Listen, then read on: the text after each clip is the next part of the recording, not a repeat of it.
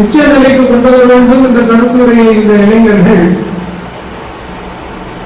ஒரு அதை தியாக உணர்வு என்று சொல்லக்கூடாது என்று இந்த காலையில் இஸ்மாயில் சொன்னார். அது கடமை என்ற கருத்தில் அவர்கள் செயல்பட்டார்கள். இந்த 3-4 ஆண்டுகளுக்கு இடையிலே கிட்டத்தட்ட 1 கோடி ரூபாய் அவர்கள் செலவு செய்து பல இளைஞர் குழுக்களை ஆயத்தப்படுத்தினார். ஆரம்பத்திலே நாங்கள் online program BA, BSc, BBA போன்ற ஆளுமைகள் எங்களுக்கு நிறைய கிடைத்தார்கள்.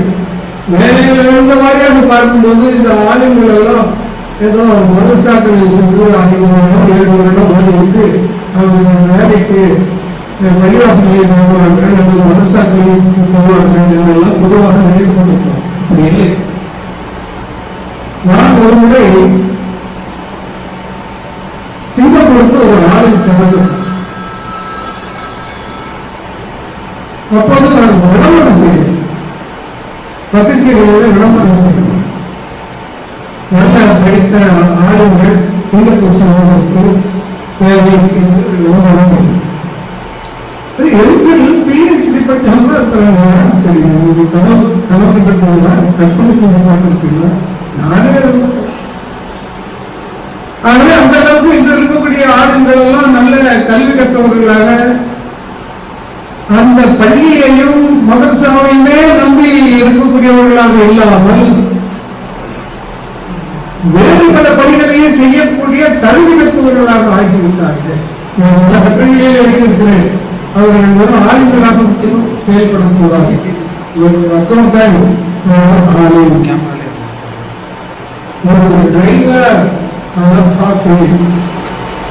இதுபோல அவர்கள் பல பணிகளிலே ஈடுபட்டு தேவைப்படுகின்ற நேரத்திலே அந்த மார்க்க அறிவினை மார்க்க கருத்துக்களை மக்களுக்கு சொல்ல வேண்டும் என்பதுதான் என்னுடைய ஆர்வம். அப்படி படிப்பதோடு அவர்களை நாங்கள் அழைத்து ஒரு 5 பேர் அதாவது இந்த முனை இருந்தாலும் சரி, ஸ்டெம்மாக இருந்தாலும் சரி, லேப்பாக இருந்தாலும் சரி, ஆலையும் என்ஃபோர்மெண்டாக இருந்தாலும் சரி, எல்லா தேவை வேற வகையான வேற மாதிரியான ஆடியன்ஸ். அதாவது இந்த அமைப்பு இந்த இயக்கம் என்ன எதிர்பார்க்கிறதோ அதனை நிறைவேற்றக்கூடிய பார்வையாளர்கள் மாணவர்கள் இங்கே இருந்திருக்க வேண்டும் என்பது என்னுடைய ஆசை. என்றால் அவர்களுடைய மனத்திலே பதியும்படியான கருத்துக்களை சொல்ல வேண்டும் என்பதுதான் என்னுடைய நோக்கம்.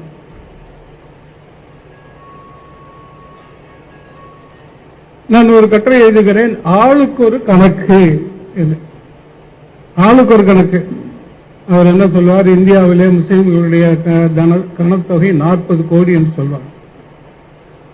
நான் சொல்வேன் இல்லை இல்லை அப்படி இல்லை, ஒரு 20 கோடி தான் இருக்கும்னு சொல்வேன். இஸ்மாயில் சொல்லுவாரு இல்லை 13 கோடி ஆமே அப்படின்னு சொல்லுவார். ஆகவே ஆளுக்கு ஒவ்வொருத்தருக்கும் ஒரு கணக்கு சொல்லிக்கிட்டே இருக்கிற வழியா நம்முடைய ஜனத்தொகை இவ்வளவுதான் என்று கணித்து சொல்ல முடியவில்லை. பிறர் ஏற்றுக்கொள்ளக்கூடிய அளவுக்கு சரியாக சொல்ல முடியவில்லை. ஆகவே தமிழக அரசு ஒரு குறிப்பிட்ட கட்டத்திலே சிறுபான்மையினர், குறிப்பாக முஸ்லிம்கள், கிறிஸ்தவர்கள், இந்த இருவரை பற்றியும் கணக்கு தேவை என்று கேட்கிறது. யாரு கேட்கிறது என்றால், ஒரு அரசாங்க அமைப்பு இருக்கிறது. அதற்கு பெயர்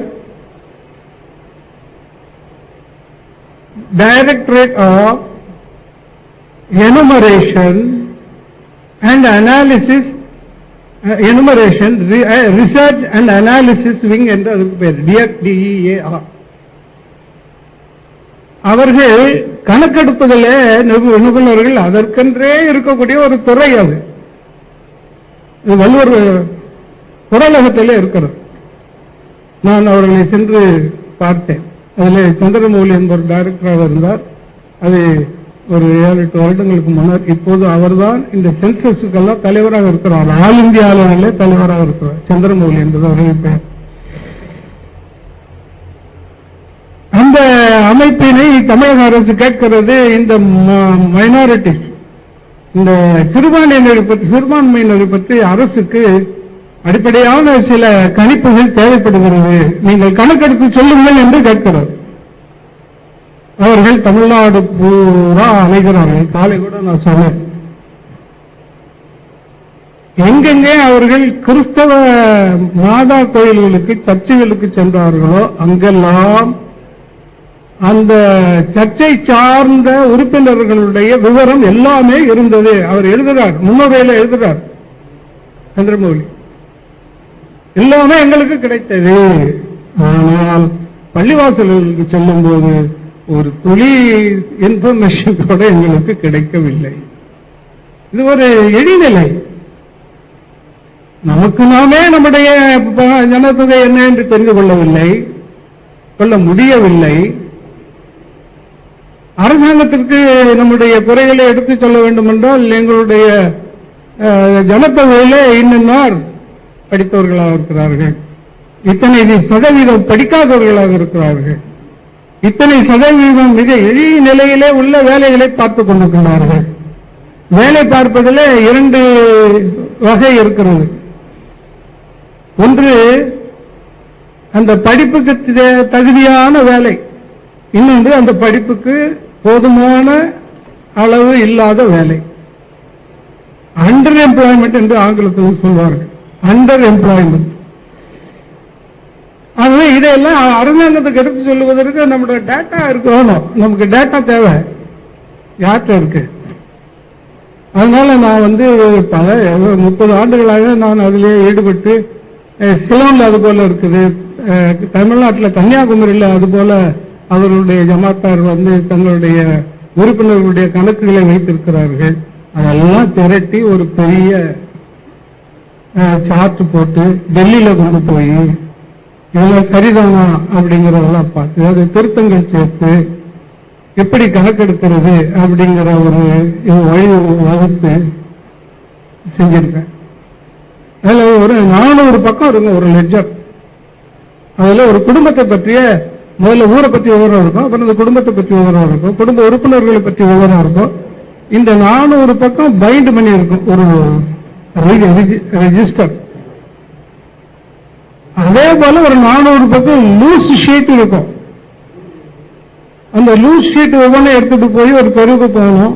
அதுல ஒரு 2-3 குடும்பத்தை பற்றிய விவரங்கள் நிறைக்கலாம். அதை இந்த மாணவர்கள் செய்ய வேண்டும் என்பது என்னுடைய ஆசை.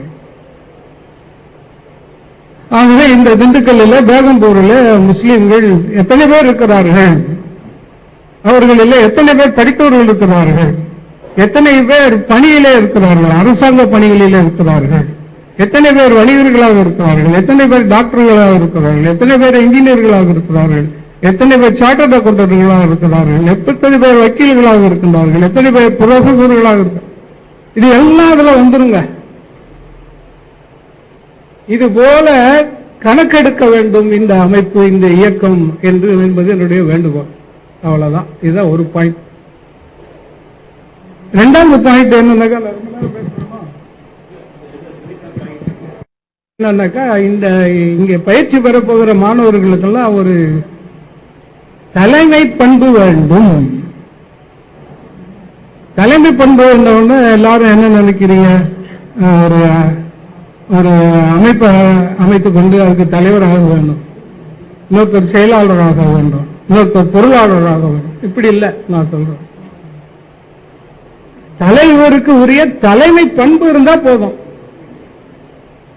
பெருமானார் ரசூல் ஸல்லல்லாஹு அலைஹி வஸல்லம் அவர்களுக்கு இந்த தலைமை பண்புகள், தலைமையும் இருந்தது, தலைமை பண்புகளும் இருந்தது.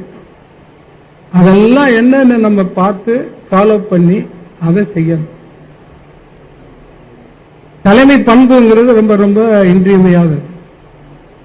எளிமையா இருக்கணும், மக்களிடம் அன்பு செலுத்தணும், பிறருக்கு உதவணும், மற்றவர்களுடைய துன்பங்களை பகிர்ந்து கொள்ள வேண்டும். இது மாதிரி ஒரு நிறைய இருக்குங்க. அதெல்லாம் சொல்றதுக்கு போதுமான நேரம் இல்லை. போது சரியான அவையும் இல்லை. ஆகவே எதிர்காலத்தில் இந்த பயிற்சியை பெற வருகிறார்கள். இந்த 5 ஐட்டம் இருக்குங்க. 5 ஐட்டத்துல 4 ஒன்னோட ஒண்ணு ஒன்றி பிணைந்தது. அதாவது இங்க பாருங்க, இல்ல இல்ல எங்க தொழில் தொடர்பு திறன் நுணுக்கம் அப்படின்னு இருக்கு. அப்புறம் இதுக்கு தேவைதான் கணினி பயிற்சி. இந்த 2க்கும் தேவைதான் ஆங்கில புலமை, அதாவது பேச்சு ஆற்றல், ஸ்போக்கன் இங்கிலீஷ். இதுகளுக்கெல்லாம் தேவைப்படுறதா வலைத்தள பயிற்சி. ஆகவே ஒன்னோடு ஒண்ணு பின்னி இருக்கு. ஒண்ணு மட்டும் தனிச்சு இருக்குது. அது நம்மை முழுமையான முஸ்லீம் என்று எடுத்து காட்டுவதற்கு உரிய திருக்குர்ஆனை புரிதல், அண்டர்ஸ்டாண்ட் குர்ஆன். ஏன்னா நம்ம எல்லாரும் முஸ்லீம். அந்த முஸ்லீம்களுடைய அடிப்படையான ஒரு கோட்பாடு, கொள்கை, அந்த அடிப்படையான பண்புகள், அடிப்படையான குணநலங்கள், இதெல்லாம் தெரிஞ்சாதான் அவங்களுக்கு இந்த பயிற்சிகள்லாம் ஒழுங்கா அமையும். அதை விட்டு வெகு தூரம் நாம் சென்று விட்டோம். பள்ளிவாசல்களுக்கு போறது ரொம்ப ரொம்ப குறைஞ்சு போச்சு. இப்ப பரவாயில்ல. நான் பல பள்ளிவாசல்களில் பார்க்கிறேன், இளைஞர்கள்லாம் நிறைய வர்றாங்க. ஒரு 15-20 ஆண்டுகளுக்கு முன்னர் இருந்த நிலை முற்றிலும் மாறிவிட்டது. இருந்தாலும் நம்முடைய ஜனத்தொகையை பார்த்தோம்னாக்கா இன்னும் நமக்கு ஒரு 1000 பள்ளிவாசல் தேவைப்படும். இப்ப ஒரு 5000 பள்ளிவாசல் இருக்கு தமிழ்நாட்டில். இன்னும் ஒரு 1000 பள்ளிவாசல் தேவைப்படும். ஏற்கனவே இருக்கிற பள்ளிவாசல்கள் ஏறக்குறைய எல்லாமே புனரமைக்கப்பட்டிருக்கின்றன, பெரிதாக்கப்பட்டிருக்கின்றன, விரிவாக்கப்பட்டிருக்கின்றன. அதையும் தாண்டி இன்னும் நிறைய பள்ளிகள் நமக்கு தேவைப்படுகிறது. ஏனென்றால் நாம் பள்ளிவாசலோடு இணைந்து வாழ வேண்டும். ரசூல்லா தனியா ஒரு அலுவலகம் வச்சிருந்தாங்களா? இந்த அம்பாசிடர்கள்லாம் வந்தாங்க அவங்கள பாக்குறதுக்கு, அவங்களுக்கெல்லாம் ஒரு தனி செக்ரட்டேரியட் வச்சிருந்தாங்களா? ஒரு தனியா சிறை வைத்திருந்தாங்களா? கிடையாது. எல்லாமே பள்ளிவாசல் தான். ஆக அதுபோல ஒரு மதீனா சமுதாயம் தமிழகத்திலே உருவாக வேண்டும் என்பதுதான் இந்த இயக்கத்தினுடைய அடிப்படையான நோக்கம். இதனையும் நான் உங்களுக்கு இன்னும் வலுவாக சொல்ல வேண்டும். நேரக்குறைவின் காரணமாக அங்கங்கே தொட்டு செல்லுகிறேன். ஆகவே இதனையெல்லாம் நீங்கள் மனத்தில் கொண்டு நீங்கள் இன்று பேரண்ட்டுகளாக இருந்தாலும் சரி, மாணவர்களாக இருந்தாலும் சரி, இன்னும் பல வகை திறன் உடையவர்களாக இருந்தாலும் சரி, இன்னும் ஒரு 100 பேருக்கு எடுத்து சொல்லணும். ஏன்னா நாங்க இப்ப ஒரு 5 பள்ளிவாசலை தான் முன்னிறுத்தி இருக்கிறோம். இன்னும் 2 வருஷத்துல 200 பள்ளிவாசலுக்கு இதே செய்தியை எட்ட செய்யணும். அதுக்கப்புறம் ஒரு 10 வருஷம் வச்சு பாத்தீங்கன்னாக்கா ஒரு 1000 பள்ளிவாசலுக்கு இது பரவி இருக்கும். இதுதான் எங்களுடைய நோக்கம். இதனையெல்லாம் தெளிவாக மனத்தில் கொண்டு ஏதேனும் உங்களுக்கு ஐயம் இருக்குமானால் இஸ்மாயில் சேட் அவர்களை தொடர்பு கொள்ளுங்கள். இப்ராஹிம் குவைத்தில் இருக்கிறார், அவரை தொடர்பு கொள்ளுங்கள். வேறு வழியே இல்லை என்றால் என்னை தொடர்பு கொள்ளுங்கள் என்று நன்றி சொல்லி நிற்கிறேன்.